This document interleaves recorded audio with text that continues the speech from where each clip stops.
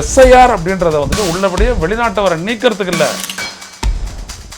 பாஜகவிற்கு எதிராக வாக்களிக்கக்கூடிய ஏழை எளிய மக்கள், இதர பிற்படுத்தப்பட்டவர்கள், மிகவும் பிற்படுத்தப்பட்டவர்கள், பட்டியலினத்தவர்கள், முஸ்லிம்கள், இவங்களை பாஜகவை ஜெயிக்க வைக்கிறதுடைய சூத்திரம் தான்.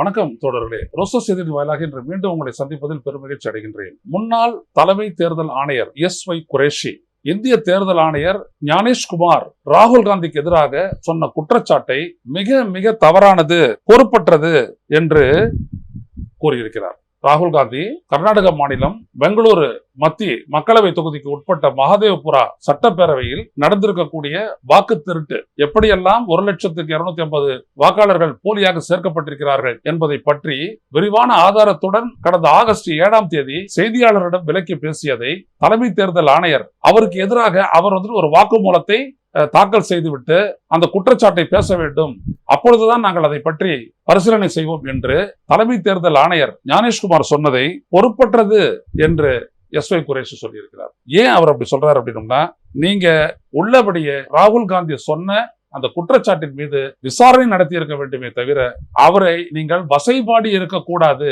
You shouldn't have shouted at him என்று அவர் சொல்லியிருக்கிறார். இதான் ரொம்ப முக்கியமானது. இப்படி எல்லாம் வாக்குமூலம் கேட்கறதுக்கெல்லாம் எந்த விதமான அவசியமும் இல்ல. ஒரு எதிர்கட்சி தலைவர், அவர் யார் அப்படின்னு பாக்காதீங்க, அவர் எதிர்கட்சி தலைவர், அந்த பொறுப்புக்கு நீங்க முக்கியத்துவம் கொடுத்திருக்கணும். இத பிரஸ் ட்ரஸ்ட் ஆஃப் இந்தியா செய்தி நிறுவனத்துக்கு அளித்த பேட்டியில் இவ்வாறு சொல்லியிருக்கிறார். ஏன் அந்த பிடிஐ எடுக்குதுன்னா, டெமோக்ரசிஸ் ஹார்ட்லேண்ட், ஜனநாயகத்தின் இதய பகுதி தேர்தல் ஆணையத்தை பத்தி அவர் சொல்லக்கூடிய, அவர் எழுதியிருக்கக்கூடிய ஒரு புத்தகம் விரைவில் வெளியாகி இருக்கிறது. அந்த புத்தகம் தொடர்பாக எடுக்கப்பட்ட நேர்காணலில் அவர் இவ்வாறு சொல்லுகிறார். அவர் சொல்லியிருக்கக்கூடிய விடயத்தை ரொம்ப முக்கியமானது. நான் அந்த இடத்துல இருந்திருந்தேன் அப்படின்னா, எதிர்கட்சி தலைவர், இந்திய நாடாளுமன்றத்தினுடைய எதிர்கட்சி தலைவர் சொல்லக்கூடிய அந்த குற்றச்சாட்டு உண்மையா இல்லையா என்பதைத்தான் நான் விசாரணை நடத்தி இருப்பேன் என்று இவர் கூறுகிறார். இதற்காக வாக்குமூலத்தெல்லாம் கேட்க வேண்டிய அவசியம் இல்லை, அது தவறு என்றே இவர் சொல்லுகிறார். அது ரொம்ப முக்கியம். ராகுல் காந்தி சொல்றாரு இது ஒரு ஆட்டம் பாம்பு அப்படின்னு சொன்னாரு, அதெல்லாம் சரியான, அவர் பேசலாம், அவர் ஒரு அரசியல்வாதி. ஆனா நீங்க இந்திய தலைமை தேர்தல் அதிகாரி, ஆணையர், நீங்க எப்படி அவ்வாறு பேச முடியும்? உங்களுக்கு தான் மக்கள் கிட்ட பதில் சொல்ல வேண்டிய பொறுப்பு இருக்கே ஒழிய ராகுல் காந்திக்கு இல்ல. ராகுல் காந்தி சொன்னது என்னது? இந்த மாதிரி ஒரு தொகுதியில நடந்திருக்குன்னாரு. இது நடந்துச்சா இல்லையா, உண்மையா பொய்யா, இதை விசாரித்து மக்களிடையே சொல்லி இருந்தா தான் தேர்தல் ஆணையம் மீதான மக்களின் நம்பிக்கை உறுதிப்பட்டிருக்கும், இந்த அளவுக்கு டேமேஜ் ஆகியிருக்காது என்று சொல்லி இருக்கின்றார் எஸ்.ஒய். குரேஷி. 2011 தமிழ்நாடு சட்டப்பேரவை தேர்தல் அவர் தான் தலைமை தேர்தல் ஆணையரா இருந்தாரு. ரொம்ப சிறப்பா தமிழ்நாட்டுல பல இடங்கள்ல காசு கொடுக்க முடியாது, திணறினவங்க எல்லாம் உண்டு, அந்த அளவுக்கு நேர்மையா நடத்தினவர் அவர் எஸ்.ஒய். குரேஷி. எந்த விதமான கரையும் இல்லாம ஓய்வு பெற்றவர் அவர் இருந்த போதுதான் இந்த விவிபேட் என்று சொல்லக்கூடிய voter verifiable paper audit trail என்று சொல்லக்கூடிய ஒப்புகை சீட்டு இயந்திரம் சோதிக்கப்பட்டது. பல்வேறுபட்ட சூழல்களில் சோதிக்கப்பட்டது. கடுமையான பனிச்சூழல், வெப்பம், ராஜஸ்தானுடைய பால்மர் டிஸ்ட்ரிக்ட், எல்லா இடத்துலயும் எடுத்து டெஸ்ட் பண்ணோம், எல்லாம் அது சரியா வேலை செய்யுது அப்படின்னு சொல்லி சான்றிதழை பிராக்டிகலா கொடுத்தவர், பெற்றவர் இவர் தான், குரேஷி தான். அப்படியேப்பட்டவர் அவர். எல்லா இடத்துலயும் நீங்க அவர் தான் சொன்னாரு, விவிபேட்டை நம்ம பயன்படுத்துறது, அதை எண்ணி கவுண்ட் பண்ணி இவிஎம் மூட வந்திருக்கக்கூடிய கவுண்ட் சரியா தப்பான்றத அதை ரெண்டுத்தையும் ஒப்பிட்டு தான் தேர்தல் முடிவு அறிவிக்கிறோம்னா அதை செய்தாக வேண்டும். அது எத்தனை நாள் ஆகும்னா சொல்லக்கூடாது, அதற்குரிய அளவுக்கு அலுவலர்களை போட்டு தாராளமா செய்யலாம், அது ஒன்றும் கஷ்டம் இல்லை அப்படின்னு சொல்லி பேட்டி கொடுத்தவர் எஸ்.ஒய். குரேஷி. எதுக்கு நான் சொல்ல வரேன்னா, இப்ப இருக்க தேர்தல் ஆணையர் மாதிரி பாஜகனுடைய கைப்பாவையாக அவர் செயல்படவில்லை. அவர் தான் சொல்லியிருக்காரு. ஏன்னா நிறைய பேர் என்ன சொல்றாங்க, ஏன் ராகுல் காந்தி ஒரு வாக்குமூலத்தை ஃபைல் பண்ணிருக்க கூடாது, ஏன் அந்த குற்றச்சாட்டு சொல்லிடக்கூடாது, அதற்கான அவசியமே இல்லை என்று அவர் சொல்லியிருக்கிறார். பொறுப்பு உங்களுடையது, நீங்க ஏன் அவரை பாக்குறீங்க? அவர் ஒரு எதிர்கட்சி தலைவர் சொன்னாரா இல்லையா அப்படின்னு சொல்லியிருக்காரு. ரெண்டாவது, இந்த பீகார்ல இந்த எஸ்ஐஆர் நடத்தினது மிக மிக தவறானது, தேவையற்ற வகைகளில் நடத்தப்பட்டிருக்கிறது.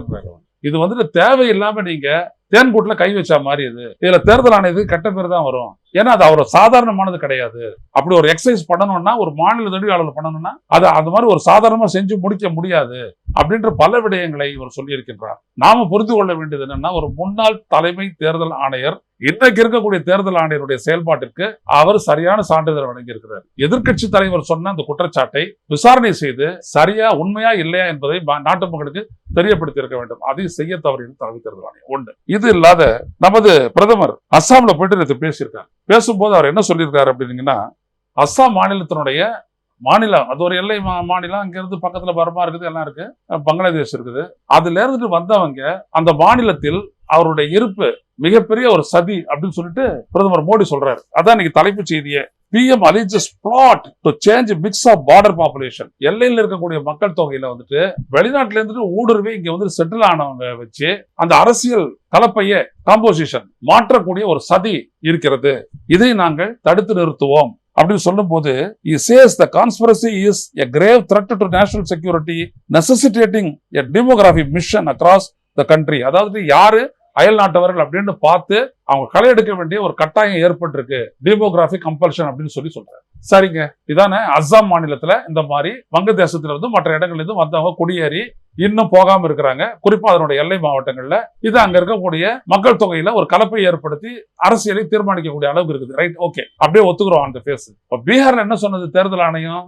இந்த பீகாருடைய வாக்காளர் பட்டியல்ல இருக்கக்கூடிய வெளிநாட்டவர்களை நீக்குவதற்காக இந்த ஸ்பெஷல் இன்டென்சிவ் ரிவிஷன் தேவைப்படுது. அதான் முதல்ல சொன்னாங்க. அதை பல முறை குறிப்பிட்டிருக்கேன். இந்த சிறப்பு தீவிர திருத்தம் அப்படின்றது வாக்காளர் பட்டியலில் இடம்பெற்றிருக்கக்கூடிய அயல் நாட்டவர்களை நீக்குவதற்காகத்தான் அப்படின்னு சொன்னாங்க. கடைசியில் அந்த ஆகஸ்ட் 1ஆம் தேதி வரைவு வாக்காளர் பட்டியல் வெளியிடும் போது அதை பத்தி ஒரு வார்த்தை கூட சொல்லல. எவ்வளவு வெளிநாட்டவர்களை கண்டுபிடிச்சிருக்கிறோம், நீக்கி இருக்கிறோம், எதையுமே சொல்லல. ஒட்டுமொத்தமா 65 லட்சம் பேர் நீக்கி இருக்கிறாங்கன்னு சொன்னாங்க. அவ்வளவுதான். நான் என்ன கேட்கிறேன்னா, இப்ப பீகார்ல இந்த ஆண்டு இறுதியில் தேர்தல் வருது, சரிதானா? அடுத்த ஆண்டு தமிழ்நாட்டோட தேர்தல் நடத்தும் போது தமிழ்நாடு கேரளாவோட அஸ்ஸாம்லயும் தேர்தல் நடத்த போறாங்க. அப்ப அஸ்ஸாம்ல இப்படியான ஒரு பிரச்சனை இருக்குது. எந்த அளவுக்கு இருக்குது? ஒரு பெரிய சதியே இருக்குது. பிரதமர் சொல்றாரு, அப்படிப்பட்ட அந்த இடத்தில் ஏன் இது வரைக்கும் இந்திய தலைமை தேர்தல் ஆணையம் SIR நாங்க செய்வோம், கடைபிடிப்போம் அப்படின்னு ஏன் சொல்லல? அங்கேயே சொல்லணும். கேரளால செய்யணும் அப்படின்னு சொல்றாங்கல்ல.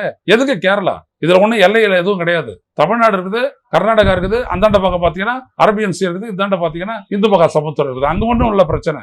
அசாம்ல தான் அந்த பிரச்சனை இருக்குன்னு சொல்றாரு மோடி. அப்ப அங்க ஏன் நீங்க செய்யல? செய்யணும்ல. அதை நீக்கிறதுக்காக ரொம்ப நாளா அந்த பிரச்சனை அங்க இருக்கு. அசாம்ல இருக்கக்கூடிய முஸ்லிம்கள் அவங்கள பெரும்பாலானவர்கள் வந்துட்டு வங்கதேசத்துல இருந்து ஓடி வந்து நாங்க செட்டில் ஆனவங்க அப்படின்றத சொல்லி இருக்கிறீங்க இல்லையா? அப்ப அங்கெல்லாம் அதை பண்ணணும், அங்கேயே செய்யல. ஆக இதுல இருந்து புரிஞ்சு கொள்ள வேண்டியது என்னன்னா, SIR அப்படின்றத வந்துட்டு உள்ளபடியே வெளிநாட்டவரை நீக்கிறதுக்கு இல்ல, பாஜகவிற்கு எதிராக வாக்களிக்கக்கூடிய ஏழை எளிய மக்கள், இதர பிற்படுத்தப்பட்டவர்கள், மிகவும் பிற்படுத்தப்பட்டவர்கள், பட்டியலினத்தவர்கள், முஸ்லிம்கள், இவங்களை வாக்காளர் பட்டியல் எதிர நீக்கி பாஜகவை ஜெயிக்க வைக்கிறதுடைய சூத்திரம் தான் SIR. இல்லாட்டி இது உங்களுடைய அறிவுக்கு முதல்ல எட்டி இருக்கணும்ல. பதில் சொல்லுங்க தேர்தல் ஆணையமே, ஏன் இதை நீங்க செய்யல? பாருங்க எவ்வளவு பெரிய தலைப்பு செய்தியா அவர் பேசணும் வந்திருக்குது. வெளிநாட்டவர் பிளாட், சதி, கான்ஸ்பிரசி அங்கேயே செஞ்சிருக்கணும், நீங்க ஏன் செய்யல? எனவே தேர்தல் ஆணையமே இதற்கு பதில் சொல். ஏன் அங்கே இதுவரை SIR பத்தி நீ பேசல அப்படின்றதையும் சொல்லுங்க. மீண்டும் சந்திப்போம் தொடர்களே. நன்றி, வணக்கம். ஊடகம் கார்ப்பரேட் அரசியல்வாதிகளின் கைப்பாவையாக அடிமைகளாக இருந்தது போதும், இனி சாட்டை எடுத்து சுழற்றும் நேரம் வந்துவிட்டது. ஊடகம் பொதுமக்களாகிய உங்களுக்காக, உங்களாலேயே இயக்கப்பட வேண்டும். ஊடக சுதந்திரத்திற்காக உங்களின் பங்களிப்பை இன்றே அளித்திடுங்கள்.